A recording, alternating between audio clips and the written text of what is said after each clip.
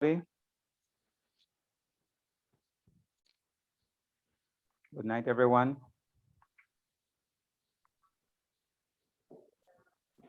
We have 16 participants. That's -3, that's 13.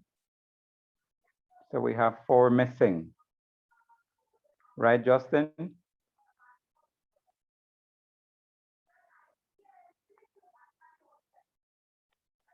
Okay. 16. Who is missing, Justin?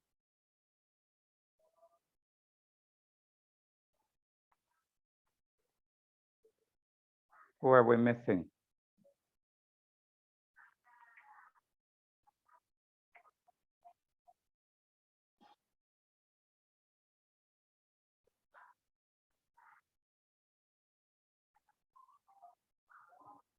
Zena.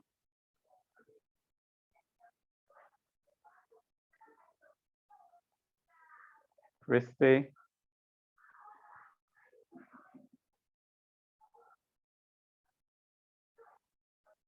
Jackie Bejerano.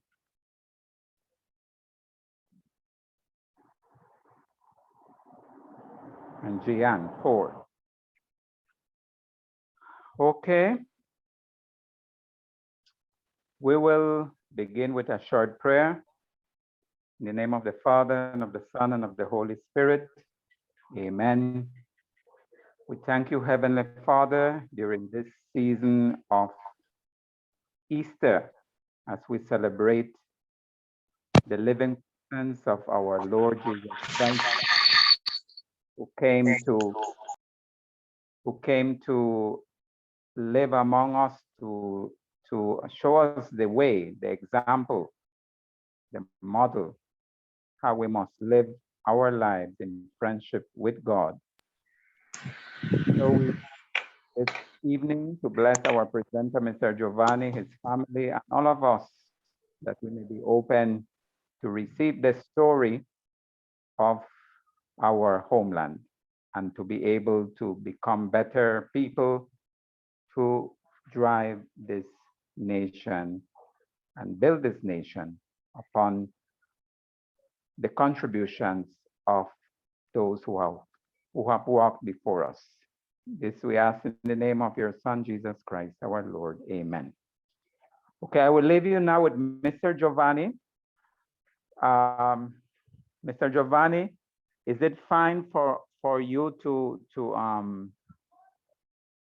have class and a half and finish on Wednesday at the same time?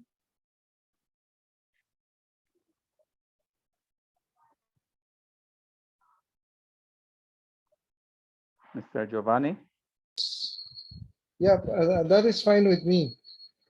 Which means that today you would have 60 minutes, it would be 50 plus 25, 75 minutes. Okay. And we beg the indulgence of everybody to hang on, because this is very important information. Having Mr. Giovanni presented the whole rationale behind the Europeans coming to this part of the world, we now enter that story, which presents us with the reasons why, unlike our neighbors, we ended up with this British legacy and became a British colony, despite the fact that this territory had been claimed by the Spanish. So without further ado, I leave you with Mr. Giovanni to put his PowerPoint presentation and begin today's lecture. Welcome, Mr. Giovanni.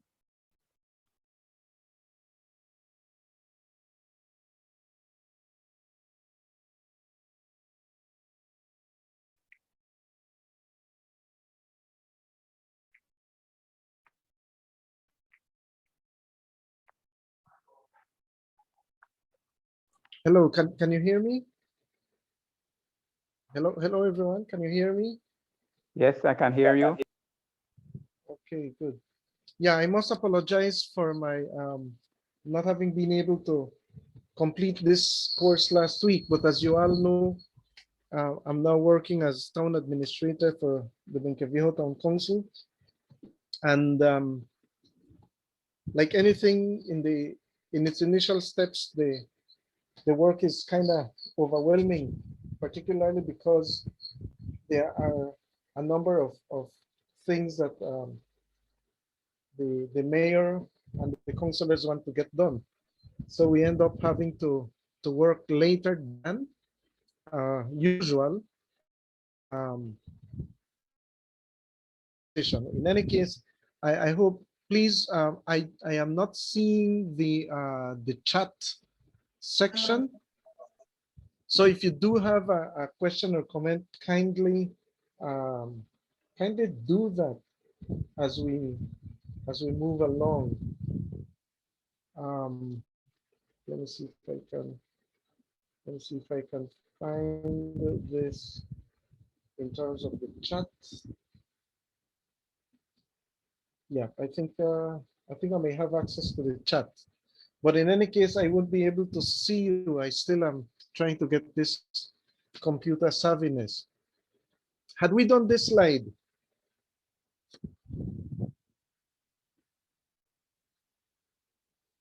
Hello? Yes. Okay, so we had done this slide. Any questions on what we had done before? Let me just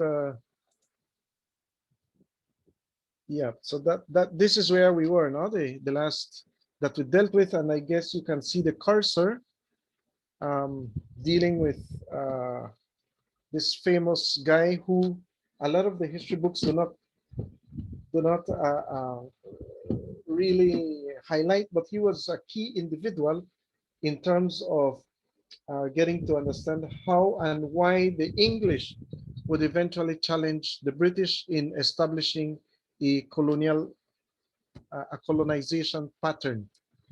The familiarity with the geography of Belize, as we know it today, has to be taken into consideration if you're going to understand the reason why, or the reasons why the Spanish were unable to remain for pretty good long. Then again, we question what has been said. Why did the Spanish not stay and the English could?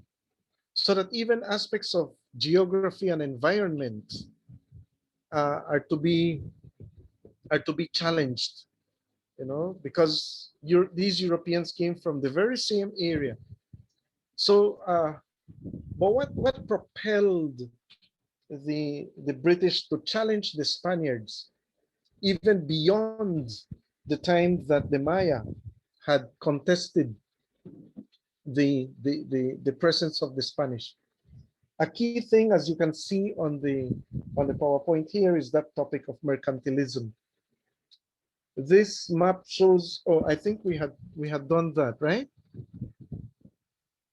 If I recall correctly, we had done that, but I just want to highlight again, look at the trading routes. These trading routes that are shown here are the routes that the English that the Spanish had mastered to some degree or another. All right. The English, of course, after having conquered Jamaica, if you notice, they would eventually get to Belize. Okay, so the establishment of the English settlements on the eastern coast of Central America is critical to understanding how that colonization pattern was established.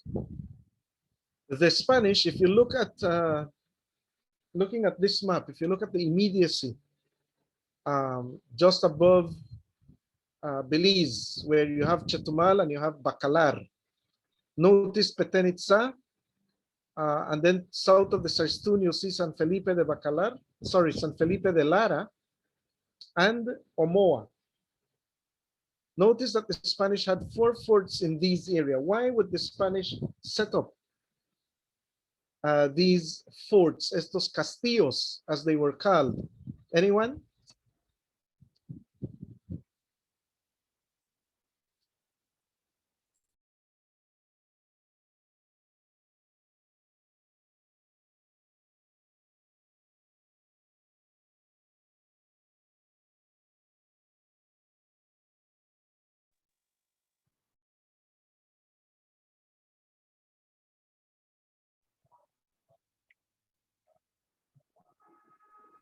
Hello, hello, have I lost you?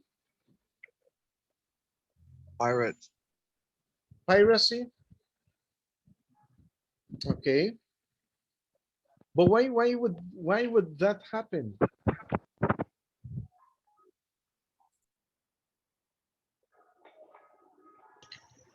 Mister, can you repeat the question? Sorry to intrude.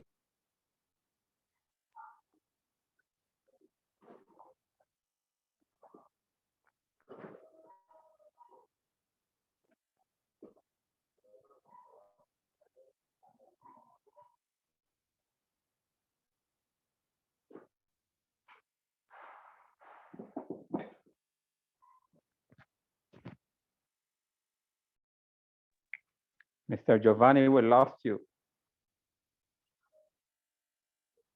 Okay, there we go. Can you hear me now? Yes. Okay, so we're looking at you're looking at there are 4 forts. There are 4 army garrisons that were set up within the immediacy of what today is Belize. You see it at Bacalar, just above Chetumal. You see it at Petenitsa. South of the Sarstún, you see it at San Felipe de Lara. And further south, you see it at Omoa in present-day Honduras. Why would the Spanish set these castillos up? Anyone? Kumar, I think you said piracy. To defend their territory? Precisely. To defend their territory. From whom?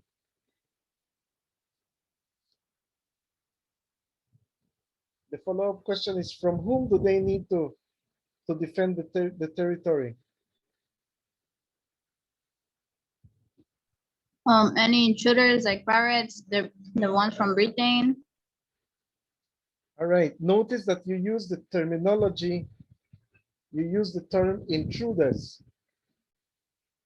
And who were the intruders?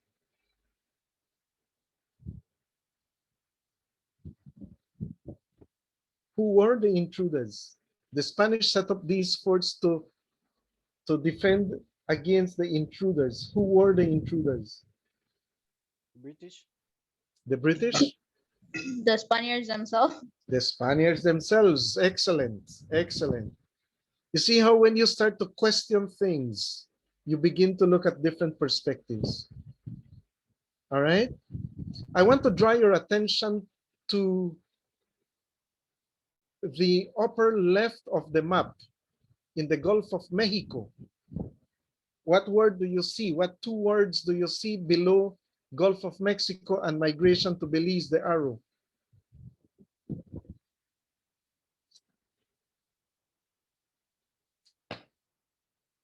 I don't know if you're able to see my cursor. On the way up on the upper left, you see Gulf of Mexico. What do you see down there?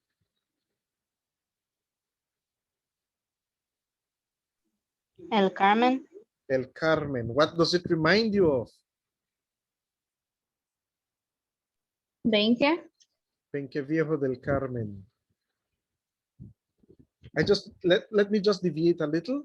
In 1716, the British were driven away by the Spaniards out of that area of Tabasco, between Campeche and Tabasco. Many of those people had suffered at the hands of the British intruders. Mind you, they themselves, the Spaniards themselves, had been intruders in this land.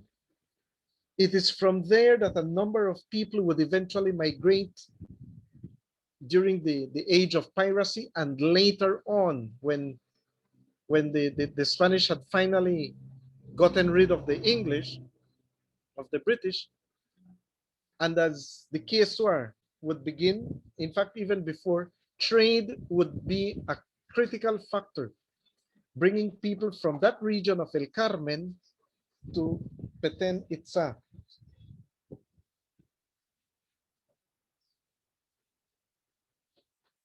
Uh, just a minute. There's something I need to check here.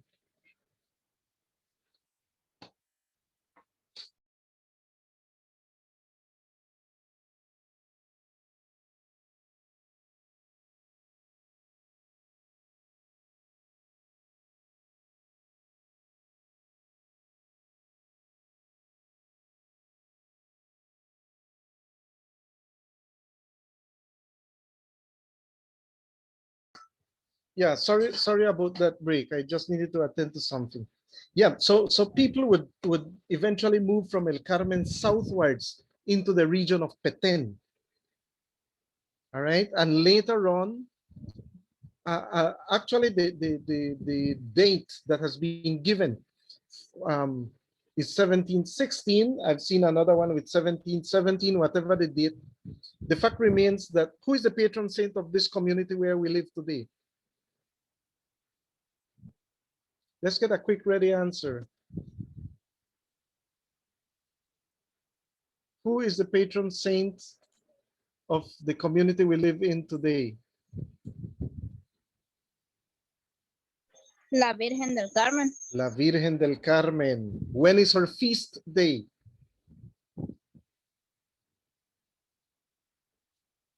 July 16. All right, el 16 de julio. That's why in years past, before COVID, we had that celebration. Well, a lot of the people, a lot of the Spaniards in particular, and their descendants, their mestizo descendants, would eventually move from El Carmen south to Petén Itzá. And in later years, many of them would migrate into Belize, particularly into Western Belize. And Mr. David can share more of the story about how La Virgen or Nuestra Señora del Carmen becomes the patron saint of what is now Benqueviejo del Carmen. So notice these connections. The colonization of Belize extends beyond Belize town, beyond Belize city, beyond just the British being in the area. The Spaniards were here. And so that European colonization then is critical to understand how it begins to shape Belize, what would eventually become Belize. So the Spaniards had set up these forts in and around to defend against not only the English, but also against the Maya. So the intruder sets up defense mechanisms against another European intruder, but they both took advantage of the native population. And that was even more so after they were able to conquer Jamaica. Okay, if you ever get the opportunity to visit Jamaica, don't just stay in Kingston. Make sure that you go to Port Royal and make sure that you go to Santiago. All right, it's now called Spanish Town. Again, notice the other areas of Honduras and south towards Nicaragua of the Mosquito Shore. So these people would eventually be brought back into what is now Belize. Mr. Giovanni, may I? Yes. More or less, Jamaica, when was it conquered by the British? The answer is 1655. 1655. The same year that Captain Francisco Perez came into this region of Tipu, and he took a census of the people of Tipu. That is around the same time that that the English captured the area of Jamaica. Okay, and just a correction, no, you mentioned when you asked why the forts were established, Somebody said to defend the Spanish against the Spanish. So I guess that was a mistake. Yeah, it's against the British, especially British against the British and others. All right, again, and mind you, to some degree, that answer would still be correct because there were Spaniards who had joined the English into piracy. Take, for example, a famous pirate who had attacked Bacalar in the around 1644 was a pirate who was known as Diego Lucifer el Mulato. That's what they called him, Diego Lucifer el Mulato. His name was Diego de los Reyes, but they call him Diego Lucifer el Mulato. Listen to that, Diego Lucifer el Mulato. Okay. So the British do take over Jamaica in 1655 at the same time that the Spanish captain Francisco Perez had gotten permission from Bacalar to come and enumerate who were these people, who were settled in the region of Tipu in Belize. What made it possible for the British to eventually attack the Spanish? So they developed a rivalry. Oliver Cromwell, he had become the Prime Minister of Britain, and he had this Western design. Today we hear about the New World Order. We hear about the new era. All right. Back then, Cromwell's Western design was such, the objective was that England, Britain was to become the most powerful nation in the world. And how was that achieved? Again, they were capitalizing on what about 80 years before, Humphrey Gilbert had said. And so how did they do? What did the English do to establish their form of colonization? They issued what was known as Letter of Marque, M-A-R-Q-U-E, as you can see on the screen. This was a special permit that was granted to certain individuals to become pirates. You won't hear piracy as a word, but you will hear that these individuals were known as buccaneers. They were known as corsairs. But in reality, they were pirates. Many of them were granted knighthoods. Queen Elizabeth I of England, for example, crowned Sir Walter Raleigh, gave him, well, not crowned, but gave him a knighthood. Some of these pirates, El Pirata Morgan, was one of those who also became known as Sir Henry Morgan, because they contributed to the coffers of England after they had attacked the Spanish galleons in and around the region.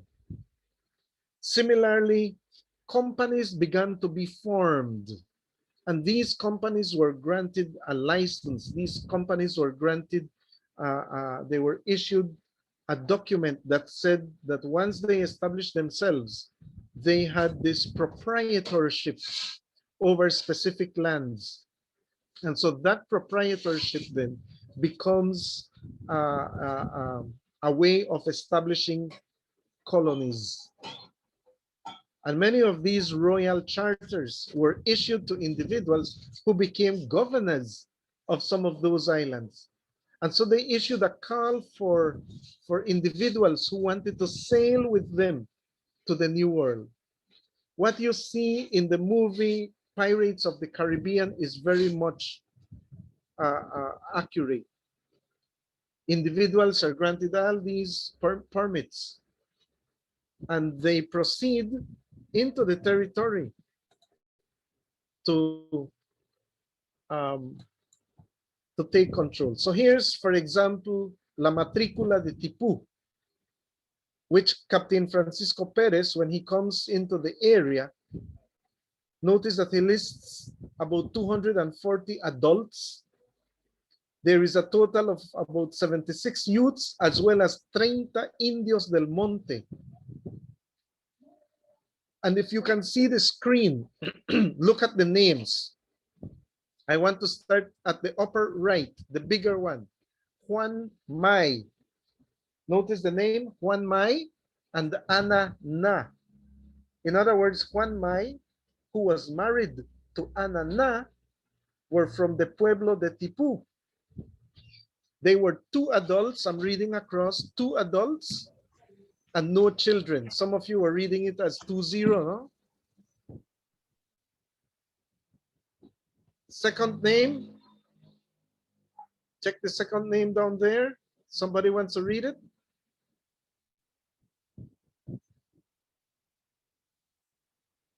Hello.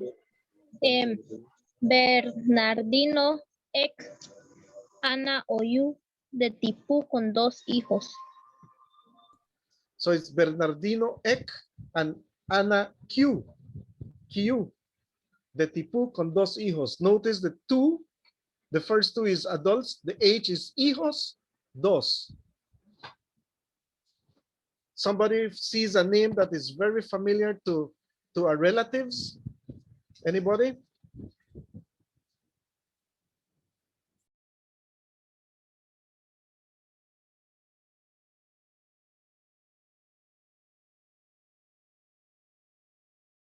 Any one of you can pick out a name, or you have a family member who has a similar surname, or maybe a grandmother, a grandparent, a great grandparent?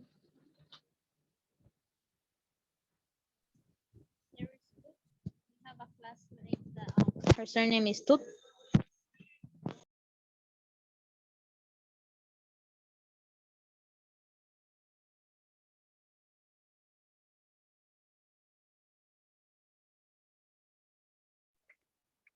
I didn't get to hear you. That there is a surname Tut, and we have a classmate that her surname is Tut. All right. Notice that. Who knows if Doña Angelina Tut or Doña Susana Tut from the list up here would have been a great grandparent? True? A lot of these surnames still exist today. Can, Chable, Ku, Uk, Tut, Mai, Na, Pech, Ken, Chan, Itza. Notice all these surnames. Notice that these individuals have a Christian first name with a Maya surname. Can you see el mestizaje? Likewise, if you look at the two bottom boxes, these people were described as Indios del Monte. Chuen Can, we still have people whose surname is Can. Ishmen, notice the IX. The IX in Maya names indicates a female.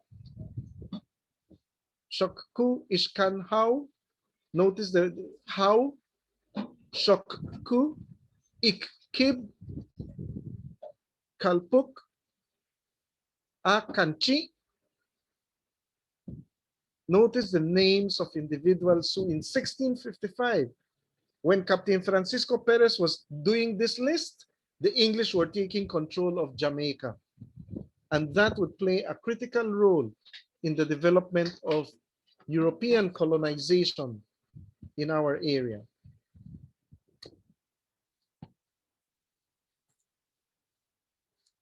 Any questions, any comments? So here the challenge then became, how do you cut into the profits of the English? Mr. Giovanni, a question just to put it in the historical context. Yes.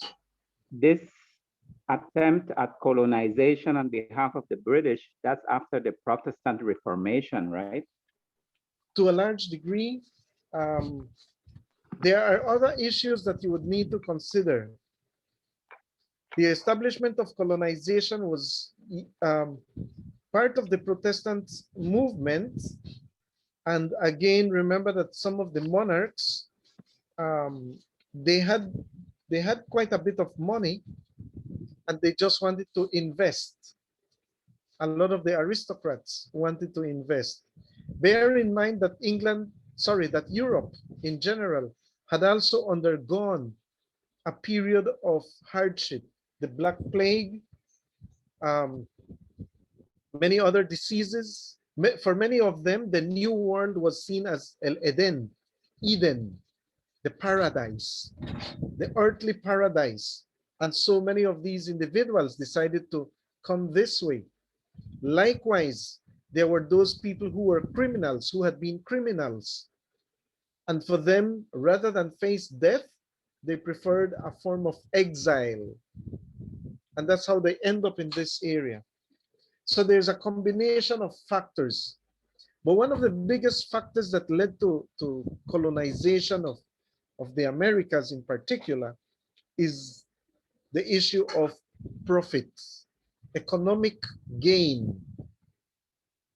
And that too would propel the contraband trade, because the Spanish wanted only to trade among themselves. And so the English, while Spain is getting rich, England is kind of poor. And so these individual political leaders and aristocrats begin to find a way to challenge mercantilism. And how did they do that? By establishing pirates, as we have said before.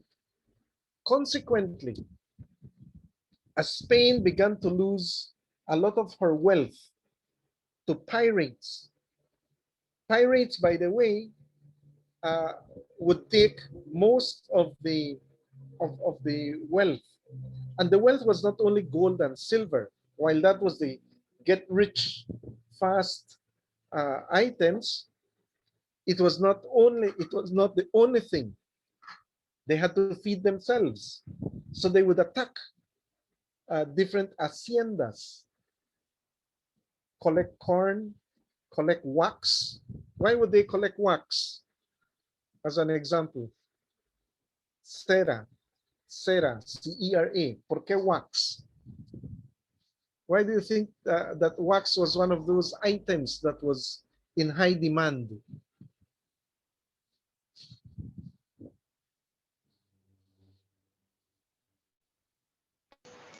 Maybe because Go ahead.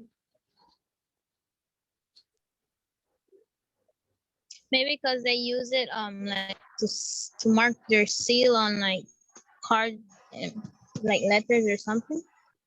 All right, that's one. That's a very good answer. Why else would they use wax? For candles? For candles. No electricity back then, right? You need wax for candles. So again, sometimes we take some of these little items for granted. But these were some of the things that the pirates would then be able to trade with other communities that had been established. The rise in piracy created a problem for the Spanish, to the point that they decided, they eventually opted to have to negotiate with the British, with the French, the Dutch, and even the Portuguese. And as a result of that, then, on the 8th of July of 1670, the Treaty of Godolphin, or the Treaty of Madrid, was signed. Under this treaty, Spain, the Spanish monarch and the English monarch, through their plenipotentiaries, through their diplomats, agreed that there would be a level of peace, because Britain agreed. Britain and France and the others agreed that they would stop their pirates. At the same time, Spain said, okay, if you stop the pirates, we will give you permission to settle in any place whatsoever within the region of the West Indies, as long as there are no Spaniards there. So you will be able to have, hold, keep, and enjoy forever, with plenary right of sovereignty, dominion, possession, and propriety over all those lands. So the question then arises, how many people, how well established were the Spanish in the region of Belize? And you and I now realize that the answer was practically none. Practically none. Very few, very sparse zones of what is now Belize. You would have found some of the Spaniards and mestizos, and even well, Mayas were still around. And so that then, the Treaty of Godolphin is now seen as the catalyst that allowed for the English to eventually establish themselves within the region of Belize as of the 1670 year. Further rivalry between Spain and Britain would lead in 1713 to the signing of the Treaty of Utrecht. Utrecht is a place in Holland, in what we call Holland. In reality, they are the Low Countries. Okay? And under that treaty, the British get, for the first time, the permit, they get a license to trade in slaves, in bringing captives from Africa and enslaving them in the Americas. That Treaty of Utrecht granted them what is known as the Aciento. And the Aciento in this case is not that piece of furniture where you are resting your gluteus maximus. The Aciento, you notice the definition there, and this is from one of those old books. It is a contract. The Spanish gave the British the contract. Notice what it says: for allowing to the subjects of Great Britain the liberty of importing Negroes into the Spanish America.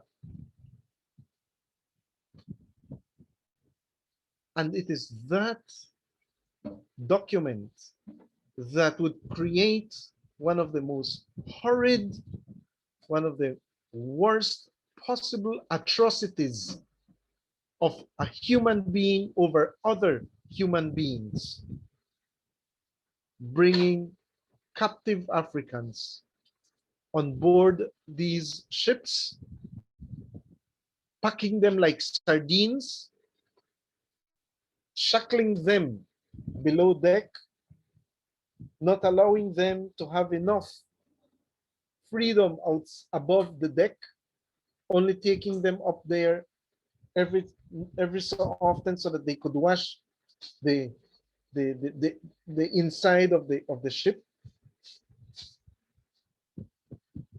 Imagine you packed into that small space, barely 2 by 5 feet, 2 feet by 5 feet space. Imagine when nature calls. How many of you have seen the movie Amistad? When you do slavery, you make sure that you look at the movie Amistad to understand these dire conditions. Remember that this was about profit.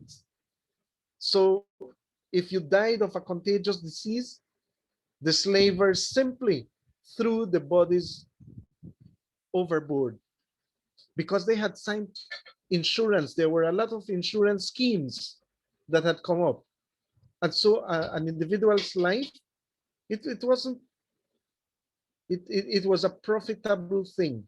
So if they die, no problem. We just throw them overboard. We have a logbook that says how many how many died. When you bring these individuals into the new community, they're different people from different tribes. They're separated from their families, coming to unknown destinations. That in itself then begins to create another aspect of colonization in the territories. I like this art piece taken from Jean Van Steen. It's entitled The Happy Family. Notice these are all Europeans who are seated there. Even the dog that is nearby is enjoying himself. But all these individuals, what they would do is to invest whatever monies they had They invested in companies, companies such as South Sea Company, Carlyle. Yes, Carlyle Holdings that operates in Belize today. They're the owners of the Belize Bank. Notice what the bank says. Our country, your bank. Your bank, our country, something like that. The Dutch were involved in all of these companies.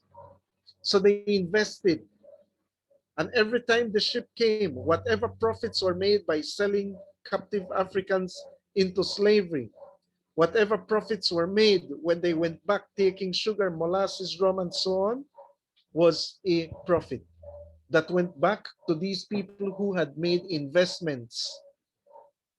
It is these individuals who would gather in their homes and with their friends, family and friends, to enjoy a happy hour, as Jean Van Steen's art piece shows here. Any queries?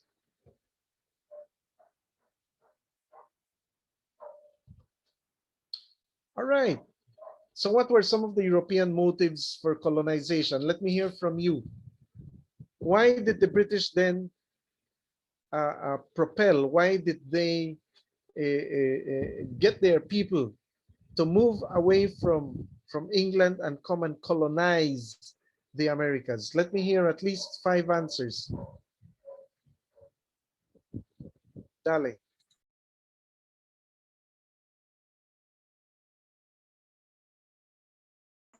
For Because profit. of logwood?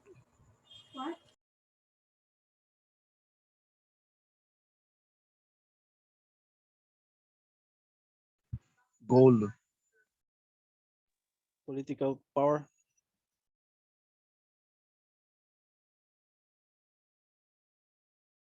Resources. That's right. Yep, you're right on target. Let's see some of the answers, some of the ready answers.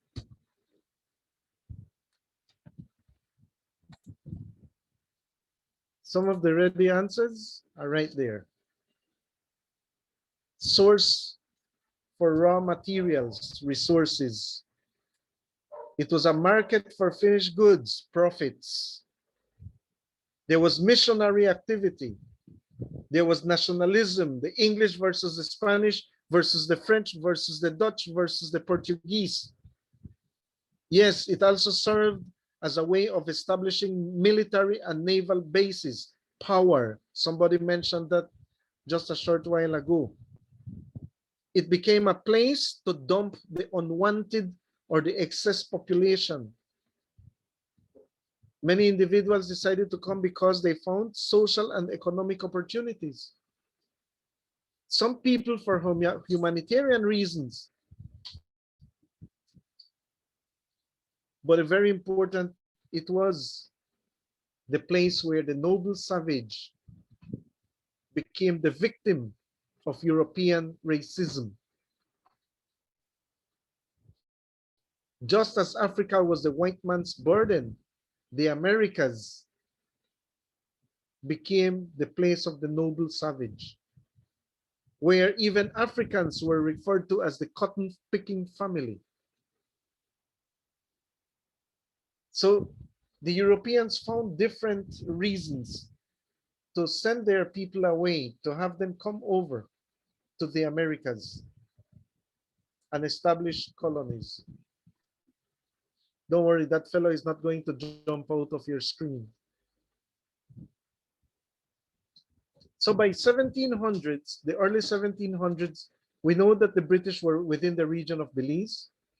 We know that they had enslaved Africans who were now engaged in the logwood and logwood cutting in particular. Mahogany was not yet a profitable item. We have reports throughout the 1700s of the Spanish and the British clashing in the region of Belize. For example, in 1724, a Spanish missionary writing in his diary says that he saw a number of enslaved Africans alongside the English working in what is now the region, in what was then what he called Belize, B-A-L-I-S. In 1730, a Spanish corsair coming from Mexico captured 16 Englishmen, 1 woman and their daughter, 16 men and 4 female enslaved Africans. In fact, as late as 1754, Sergeant Major Melchor de Mencos had fought against the British in the region of present-day Spanish Lookout. All of these are documented one way or another. Any queries?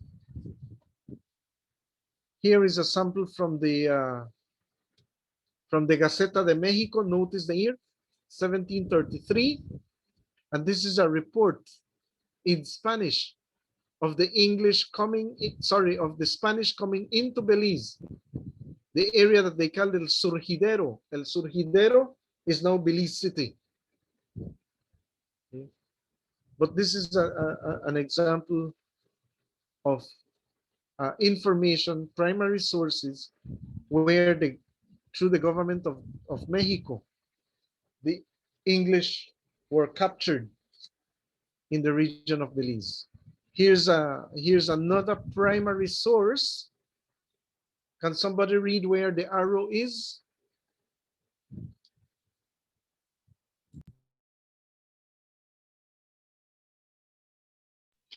En el año de 1733. Ya no entiendo más. Ajá, se logró desalojar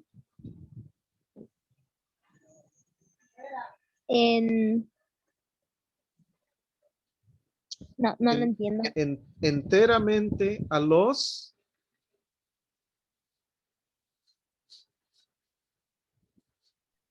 Cazadores. ingleses, cortadores. ¿Cortadores de qué? Del palo. Del palo de tinta. Excelente. Continúa. Del río. De Huar, dice ahí. Walix. Y otros cercanos por medio de la vigilancia y aplicación de don Antonio de Figueroa, siendo gobernador de Yucatán. Notice the information. ¿Sí? Para lo cual, después de haberlos hostigado con embarcaciones menores y hecholes algunas presas, dispuso emplear un pequeño armamento que salió desde Campeche a esta operación. Y, aunque no los pudo sorprender, se atemorizaron e introdujeron 100 leguas tierra adentro de la boca del río con los negros y negras que tenían en los ranchos. ¿Cuánto es una legua? How much is 1 league?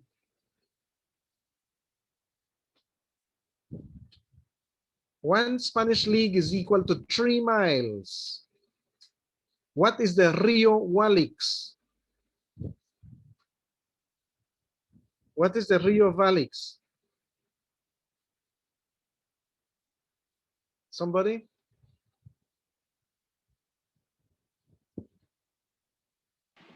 Is it the Belize River? It's the Belize River. How far is San Ignacio from Belize City by way of the river? On the average. 60-something miles. 60-something miles? No. More than 60-something miles. Wait, I don't remember the Ruta Maya's miles. And that wasn't too long ago. 90-something, is it? It's more than 90. It is about 100 and 106. It's a bit more than 106. And then if you add the 20 miles from Benque to Branchmouth. That is still within the 300. Notice that se introdujeron 100 leguas, tierra adentro. So when the English saw the Spanish coming to capture them, what did they do? They ran further inland, over 100 leagues inland from the mouth of the River Walix. The River Walix is the Belize River. So the English, with their captive Africans, their enslaved Africans, were all the way into this area. We know that for a fact. This is a primary source from a Spanish record of 1752.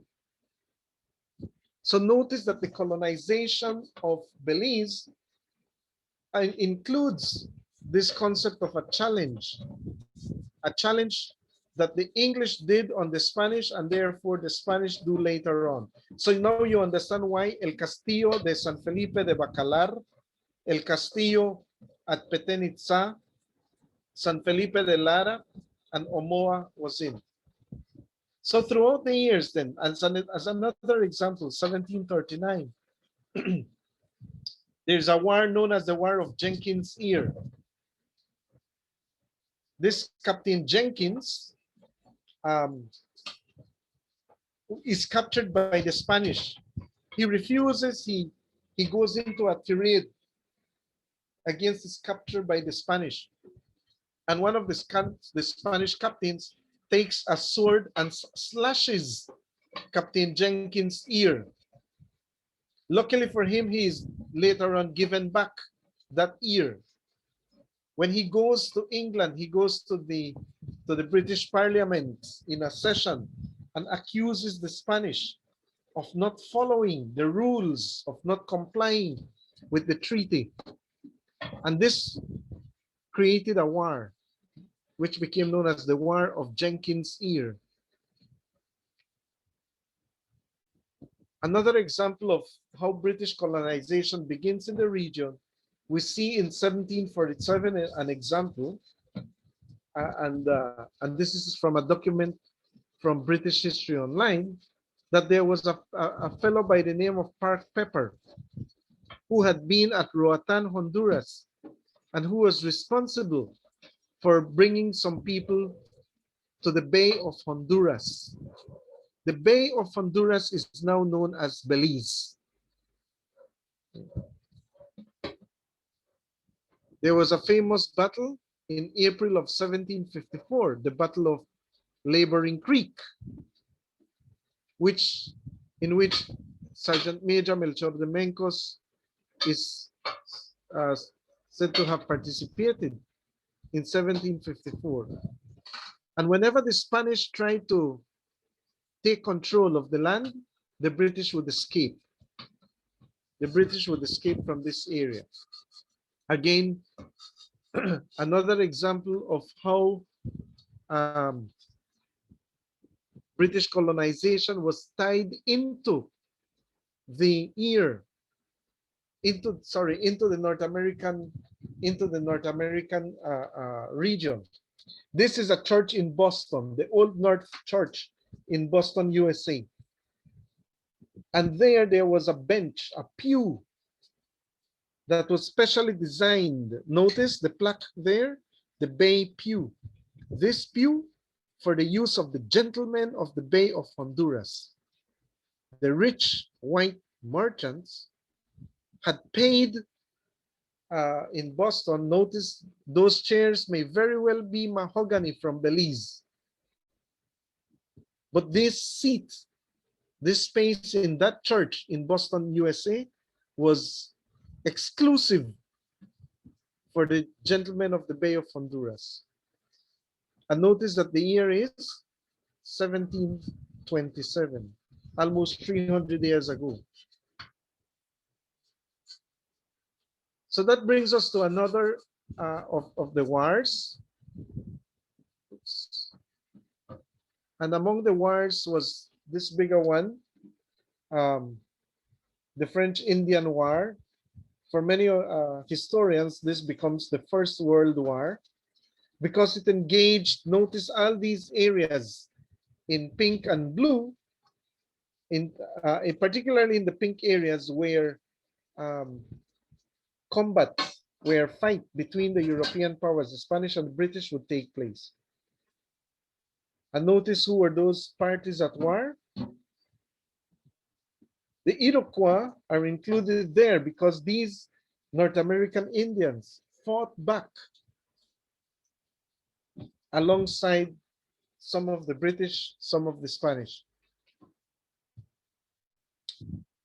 To end what was known as the 7-Year War, or the French Indian War, there was the signing of treaties, and this is very important for us. Remember that the British had been in and around this area.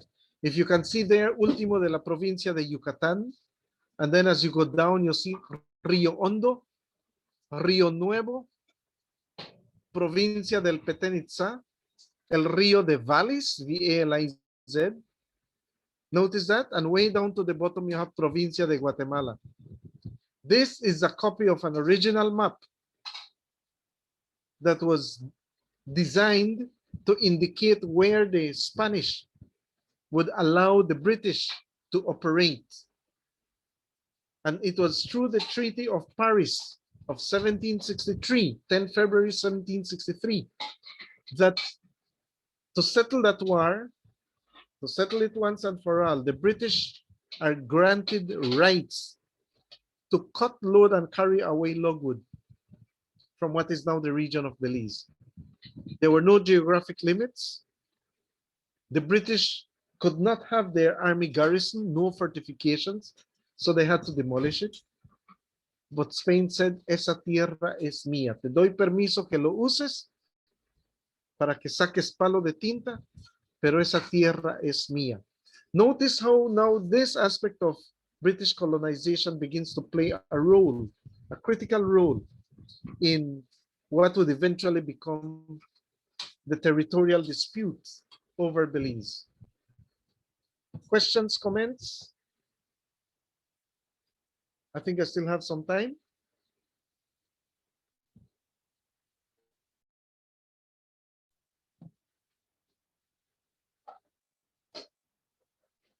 Ya les mandé a dormir.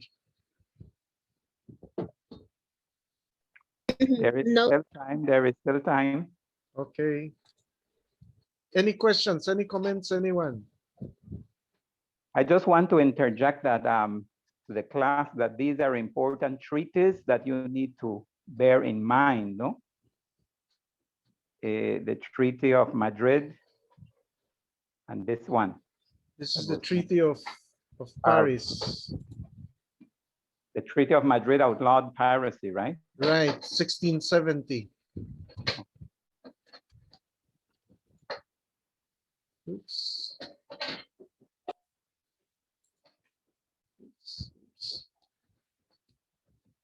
All right. Out of that Treaty of Paris, we see then that the British now begin to assert themselves in the territory. Notice that this is Cayo Cocina. And in 1764, a map is drawn. And this is the facsimile of the map. This is a photocopy of the map. Notice how it is designed, the map on the left, and this is the same map for St. George's Key, which is considered to have been the first capital of Belize. And I say the first capital, it considered to be the first capital of Belize, if you look at it from the point of view of British colonization. Because for the Maya, they had different capitals. Mind you, works that have been done on St. George's Key also show that the Maya had been living there, that the Maya had traded in some areas of St. George's Key. Look at the names listed. Who are some of the British colonizers who established themselves in Belize? On St. George's Key, Mrs. Maud, Mr. Gill, And we believe that Mr. Gill was Nehemiah Gale, famous for Gale's Point Manatee. Mr. Desil or Cecil, another Mr. Gill, Mr. Kame, Dr. Gales, Captain Hall, Mr. Macaulay, Mr. Harrell. Notice the names down there. And so what some of our historians in Belize have done is try to match it. Captain Wright would not be William Wyatt. Sorry about that. It would have been Captain Wright, W-R-I-G-H-T. Notice that on the island, you have the turtle corral. Why would they have a turtle corral?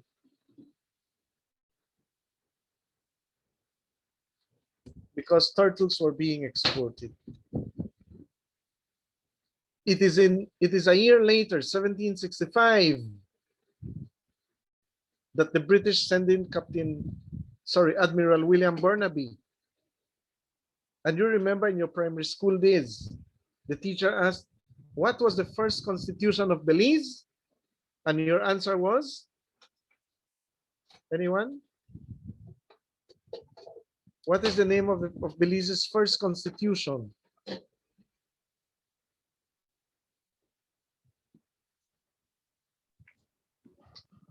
I remember. All right. Barnaby's Code. Barnaby's Code. Look how long ago, and we still know that. I see some of your students' faces just lit up, and a couple of them said, "Yo sabía eso," but you were afraid to say it, true? Yo no estaba planeado en ese tiempo, maestro, así que no sabía. But that has been taught. Remember, you used the book, A History of Belize Nation in the Making? And there were 12 laws, all right? Barnaby's Code had different laws. In fact, today, if the police were to do their job properly, and the government was to apply that aspect of Barnaby's Code, notice what Barnaby's Code said.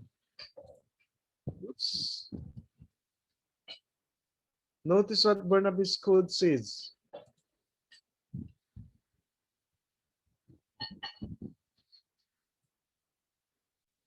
What are some of the things there? Barnaby's Code included some rules for good conduct in the settlement. Since swearing and profane language were common in the free and easy life of the forest camps and in the settlements, the code laid down fines, multa, for profane cursing and swearing in disobedience of God's command.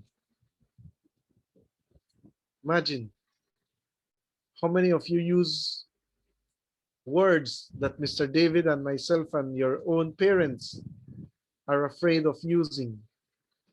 True? 2 shillings and 6 pence was what was charged every time you uttered an insulting word.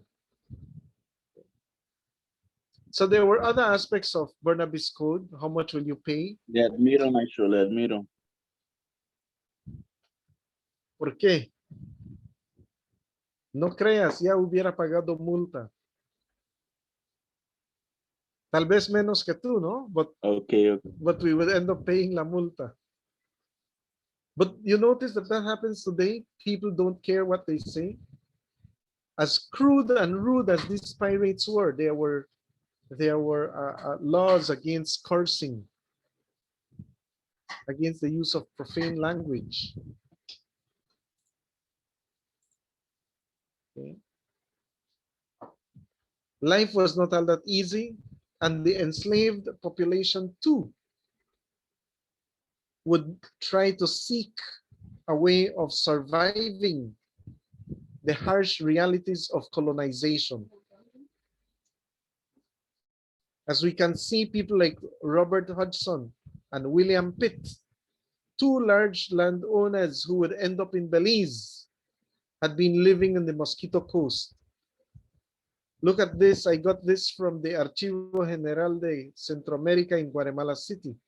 Un auto is not the auto that you see today. This auto was a report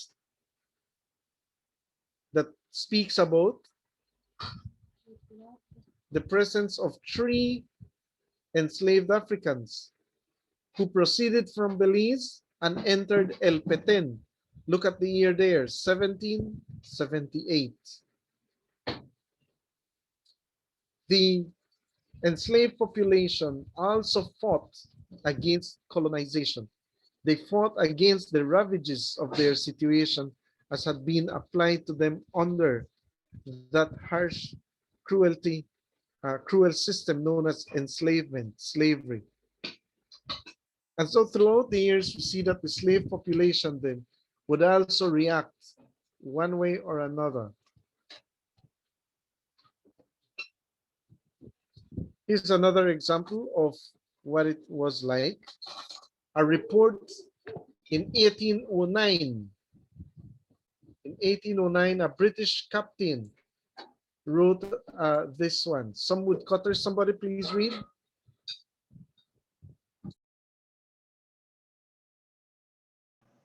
Some woodcutters have placed themselves as high up this river as 200 miles from its entrance, Belize town. At the head of the river, Belize, a town of considerable size and population named Potent, placed in the center of a large lake, is deemed about 8 or 10 days' journey from the highest of the English settlements.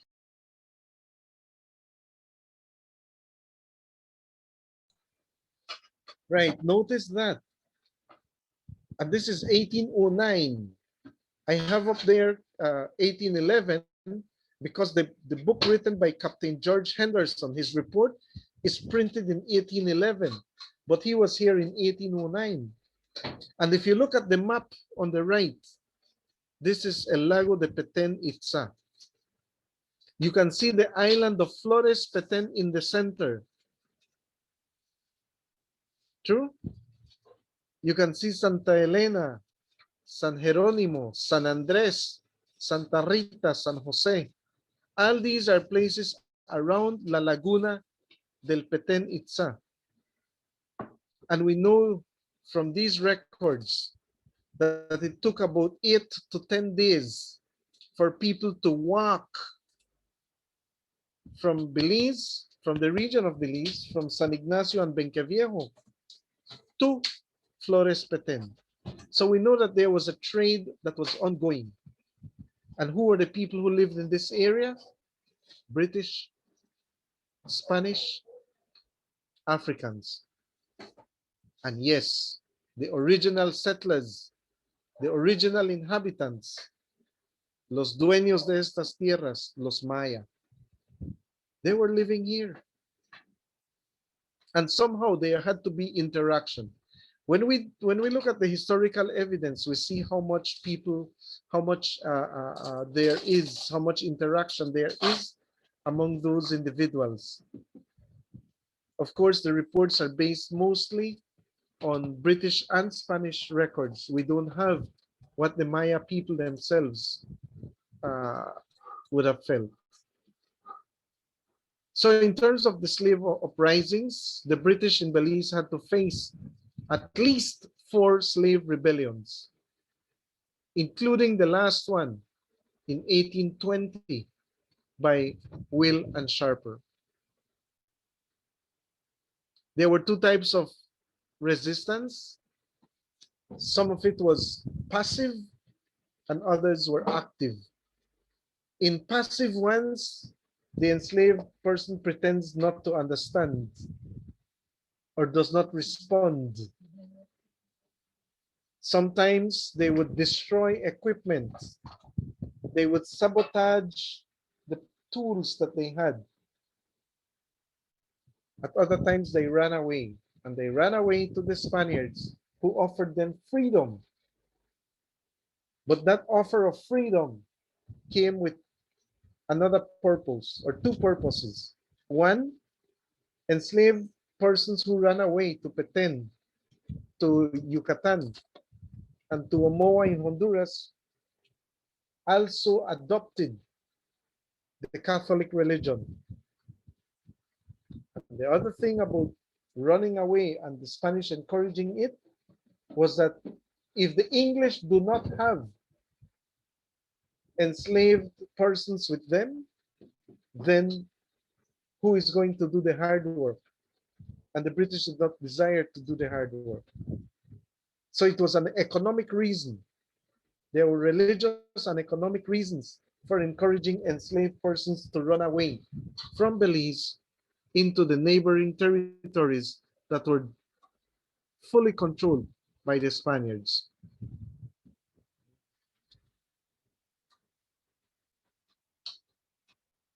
The American War of Independence is also tied into the story of colonization in Belize.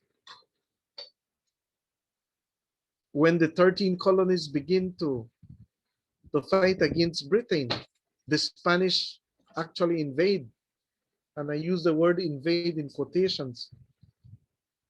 They actually came and captured some of the English settlers in Belize town as well as at St. George's Key.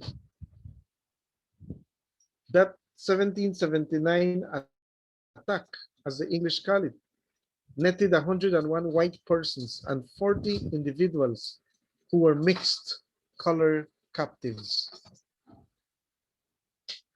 So Giovanni, we have 5 more minutes. 5 more minutes. All right. So I'll just do, all right. Yep, and then we can have a couple questions. When the War of American Independence ended, the powers that be negotiated a treaty. The treaty that recognized the American independence was signed in September of 1783. Out of that war, which the Spanish and the French had joined and encouraged people like George Washington and Benjamin Franklin and all these founding fathers of the USA, favored Belize to a certain degree. It favored the British. And so on signing that Treaty of Versailles on the 3rd of September 1783, they inserted an article, article number 6, which granted the British permission to remain formally, officially, between the Rio Hondo and the Belize River. On the accompanying map, it is the brown section. The Spanish said, "Esa tierra es mía," I still have sovereignty.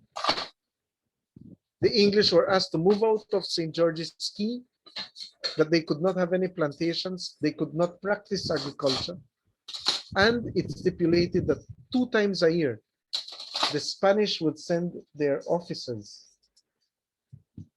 along with the British, to inspect the territory. 1783. Notice that the boundaries of Belize now formally begin to take shape. And I'm going to conclude with this, because in Nicaragua, in the region of Nicaragua, the Mosquito Kings, who had aligned with the British, played a key role. They played a key role in something that would happen 3 years later. The last treaty that would be signed between the British and the Spanish regarding the territory of Belize was over the Mosquito Coast.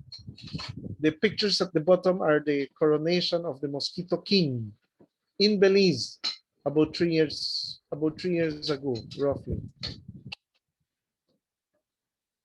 It is in 1786 then that the Convention of London is signed.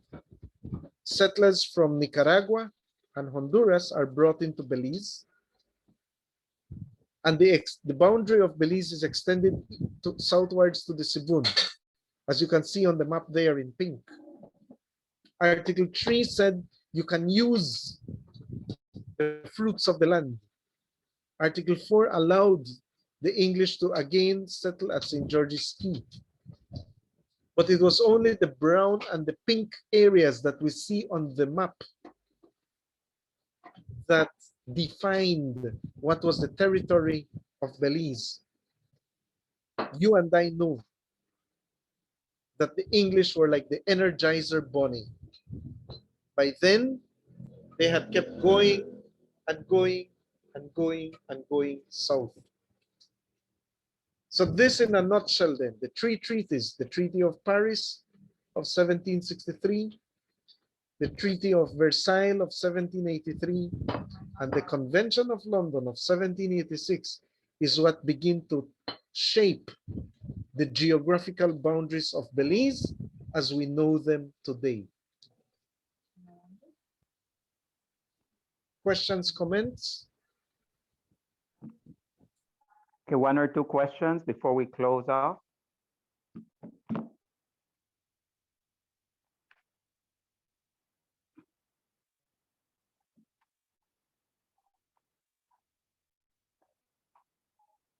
If there are no questions, thank you very much, Mr. Giovanni, for tracing in a nutshell, because this is a lot of information of basically close to 200 years of history, why we ended up being a British colony and being administrated by a foreign power. And what I want you to kind of bear in mind as Mr. Giovanni gets into the next presentation on Wednesday at the same time at 7, what is our legacy? Because although we can say colonization was bad, was evil, and all its what it brought, I mean, there was also the positive side of it. No, so we need also to consider that a colonial heritage, that British legacy that we inherited, just like our Spanish neighbors who inherited their laws and customs from Spain. We inherited in part from England. So I want you to consider that, and it would be very good for you to read the essays in the British, in the book on Belizean studies on the logwood and mahogany trade, to kind of give you a better grounding on what Mr. Giovanni is presenting. And we thank Mr. Giovanni for everything, for the excellent presentation. And we look forward to having him on Wednesday at the same time. And finishing off, he will take it all up to 1859, the last treaty, which kind of is the basis of the territorial claim and the kind of the object of contention. So, Mr. Giovanni, any final words? Not really. I guess it depends on the students. It depends on the students and what they really want to grasp from these presentations. I know it can be wieldy, but I encourage you all to keep on reading, keep on looking at sources. And I like that the beginning, that you are not only seeing one side as intruders, that you are not only seeing, and I encourage you to think more critically about some of the ways that the historical information is presented, even what I present. You know, there's always another side to that coin, another side to that story. And it's only in doing so that we are able to truly get a better grasp of what our Belizean history is like, of what colonization may be like, the positive, the negative, like the movie in which Clint Eastwood stars, no? Or is it, yeah, the good, the bad, and the ugly. We have to be able to pick out the good, the bad, and the ugly, and as well the good parts, the beautiful of it. So with that, I'm going to say thank you. Okay, thank you very much, Mr. Giovanni, and thanks to you. Have a very good evening.